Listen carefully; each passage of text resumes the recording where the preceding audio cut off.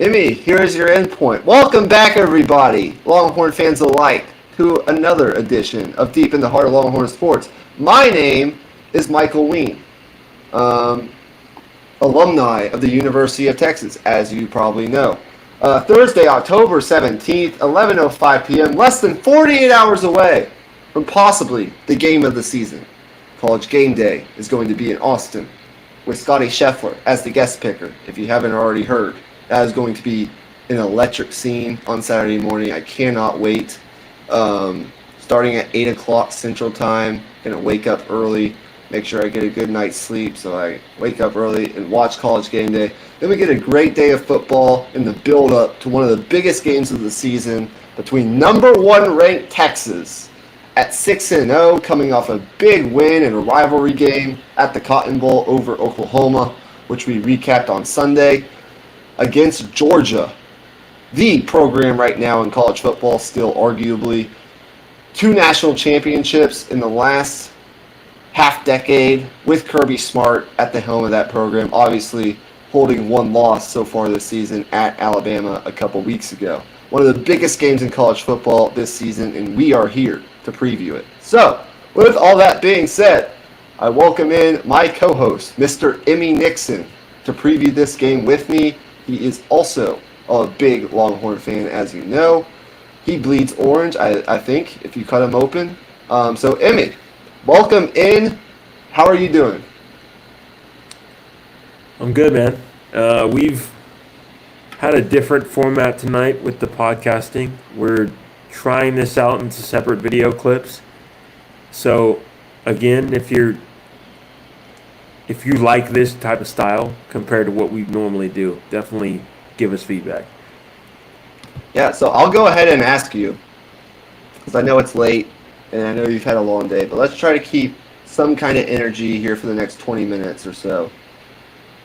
Where do you want to start on this game? Is there a storyline? Is there a certain side of the ball?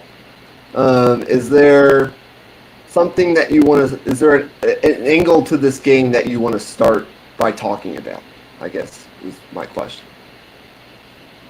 Well, I think the first thing is the dynamic with these quarterbacks. Yes. Carson Beck, a guy that's, before the season, you look at his draft stock, he's all the way at number 1. He's hovering around the top 3s. And now you look at it and it's kind of like the entire discourse surrounding him has completely flipped. Like, I've heard, the phrase "no draw-dropping traits" thrown out there when talking about Carson Beck. And just a year ago, that was a completely different conversation. And Quinn has kind of the same thing. He's in a positive way, in his case. I think he's not flipped the script, but definitely changed his reputation for the better. And that can continue in this game, or it can, flip. Yeah, I think the quarterback angle is absolutely fascinating. On the Carson Beck side of things, I believe that offensively, in this game, that he is going to be the X factor, the key for Georgia. Because I do believe that they're going to have to score a pretty sizable amount of points to beat Texas on the road. And they're not coming into this game with a profile of teams of Kirby Smart teams of past, right? The teams that would want to run the football and control tempo and control the clock, right? They're just not a great running team this year. It's not to say that they're bad. I do believe they're top 25 in yards per attempt on the ground. But overall, so far this year, they're in the 90s in rushing. I think they rank 92nd in rushing yards per game. It's just not what you would typically expect from a Georgia team. And we know how stout and how good this Texas defensive front has been so far this season. What I think this game ultimately, in the most simplistic fashion that I can explain it to you, is Carson Beck and his ability to elevate his playmakers around him. He doesn't have a Brock Bowers this season. And we've kind of seen that in some of the struggles that Georgia had offensively, against Kentucky, They had trouble separating these receivers from Dominic Lovett to Dylan Bell, whoever it might be. There's just not as much. There's not a George Pickens on this team. There's not as much talent and playmaking ability on this team as maybe Texas has on the other side. So Carson Beck, we saw him kind of rattle on the road in their last top 5 game that they played against Alabama, where he threw a couple first half picks. I think it was 2 or 3 at least. Was just making mistakes, wasn't himself. He's going to have to be the elite passing, like pocket passing quarterback in this game. And he's going to have to keep a pretty clean sheet. You cannot give Texas extra opportunities than they already are going to have on the offensive side of the ball and put your defense, which hasn't been, it's been good, but it hasn't been great so far this year. You just come off a game where you allow 31 points to Mississippi State. So that's really what it, I think, boils down to. Like, you're going to have, like, this will be the first real test for this Texas secondary. We'll see how they respond to it. But the matchup in this game is these Georgia receivers, and can they create separation and make those explosive plays against a Texas defense that has not allowed explosive plays this year. They're first in terms of the amount of 20-plus yard plays that they've given up. And obviously they haven't faced a quarterback near the level of Carson Beck, who probably will still end up being a first-round pick. But that's what it boils down to for Georgia on that side of the ball. And so that's why I think the quarterback angle, especially from Beck's perspective, is fascinating. What do you have any thoughts or comments on that? Do you think there's a different key for Georgia on the offensive side of the ball against this number 1 rated Texas defense? Well, I think you hit it. I think they're going to have to prove that they can complete passes down the field before Texas loosens up their coverage. They're not going to back off unless Georgia makes them back off, so to speak. It's going to be a lot of man coverage, I expect, and we're just going to say, like, we think our guys match up with your guys. That's really all it comes down to. Yeah. Yeah, so for Quinn Ewers, obviously we saw him be a little rusty last week coming off the injury in the Oklahoma game. Ends up playing a really good second quarter, but overall it was not his best performance. I would probably give it like a C or C+. It's just not the performance I was expecting to see from Quinn going into that game, but he struggled in that environment before. But now he's back home. And typically in the biggest games in his career, he's performed at his best. And you go back to the beginning of the season on the road in Ann Arbor against Michigan, I thought that might have been his best performance of his career at Texas so far. Wasn't great last year in the game against Washington, but you think about last year at Alabama, the big plays that he made. 2 years ago on the road against Kansas State. Like, in the biggest games, he's typically been at his best. But both of those have been on the road. I think the interesting angle from a Quinn perspective is there's all this talk about he's worked himself into a pretty safe first-round pick. Someone is going to take Quinn Ewers just based on arm talent alone, like the talent that he has. But there are concerns, and one of them is staying healthy. He's gotten hurt all 3 seasons at Texas. Whether that's his fault or not, it is going to be a question. Can he sustain the physical grind that is a 17-game NFL season? And then also, this isn't necessarily a concern, but it's just, I'm pointing out, all of his signature moments seemingly at Texas have come on the road. And that's not a bad thing, but it feels like if he was ever going to have a signature moment in DKR where he cements himself as one of the best quarterbacks in the University of Texas's history. Colt McCoy had these moments. Vince Young had these moments. At DKR in a top 5 matchup, which he hasn't gotten the opportunity to play in a game like this in his career just because of being in the Big 12. We're going to get that opportunity because the OU game is a neutral site game, and this is the first year in the SEC. And it's his 3rd year at Texas. He just hasn't had the opportunity to have a signature moment in DKR. Will we see that? Do you believe we will see that on Saturday against Georgia's defense? And do you think last week was just rust, or do you think it's something more to be concerned about?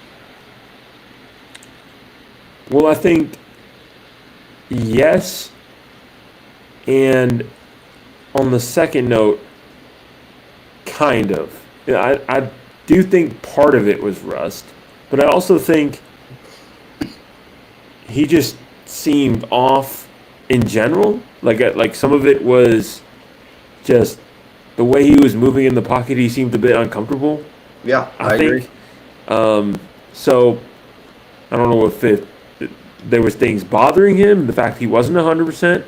Yeah. That could be it. And if that's the case, where's that at this week? Because it's got to be cleaner this game. Yeah, so for Texas offensively, is there a certain player or X factor that you're looking for here? What do you think the key is for them offensively? Obviously, aside from not turning the ball over, what do you think it is? Is it sustaining your running game?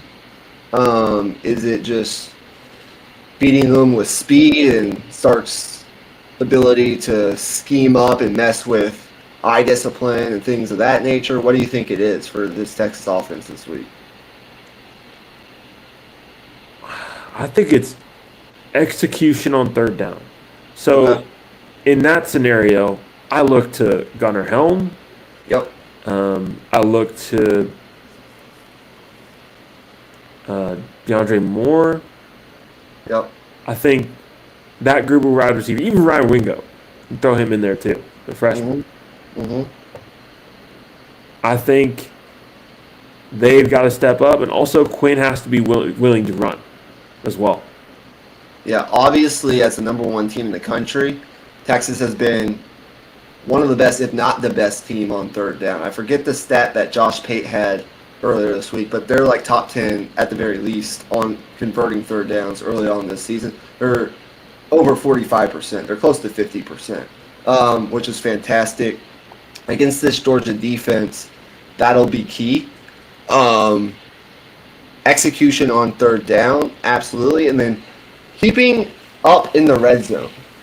That'll also be, I think that's really what it comes down to for Texas is running the ball effectively on early downs with Trey Wisner and Jadon Blue. I actually don't know what they're going to do with the running back situation.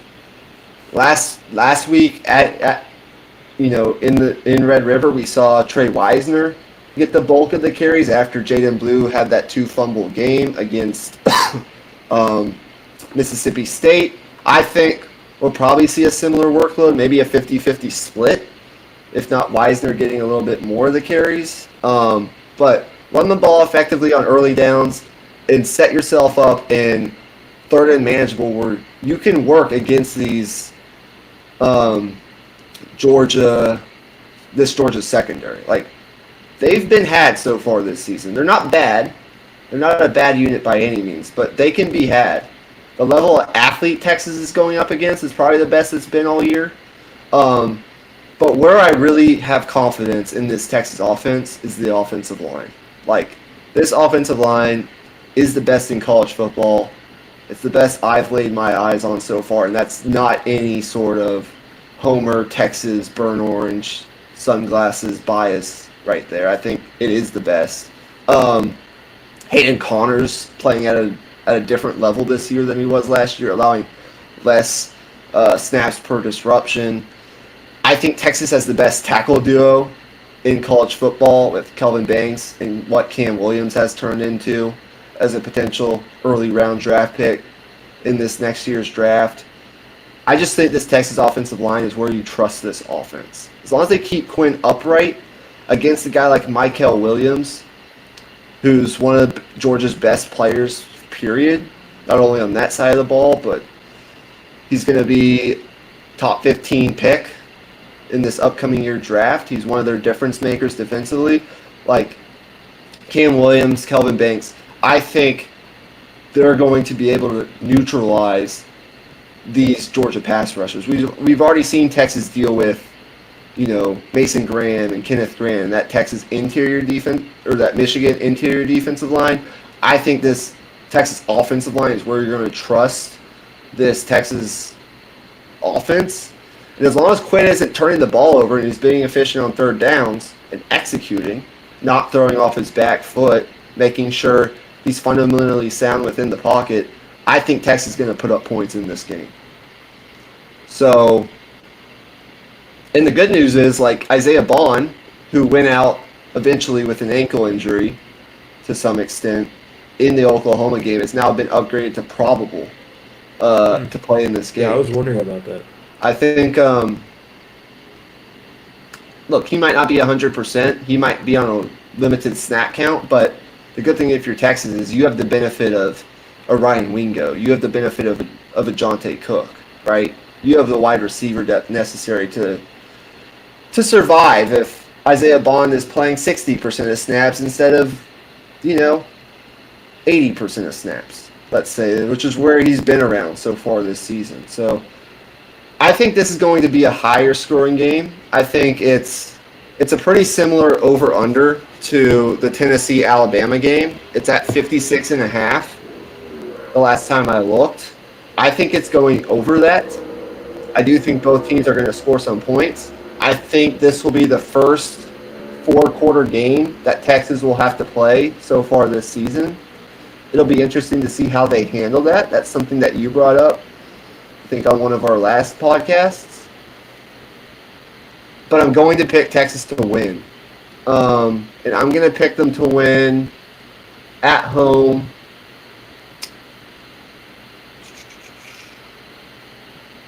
(31-26).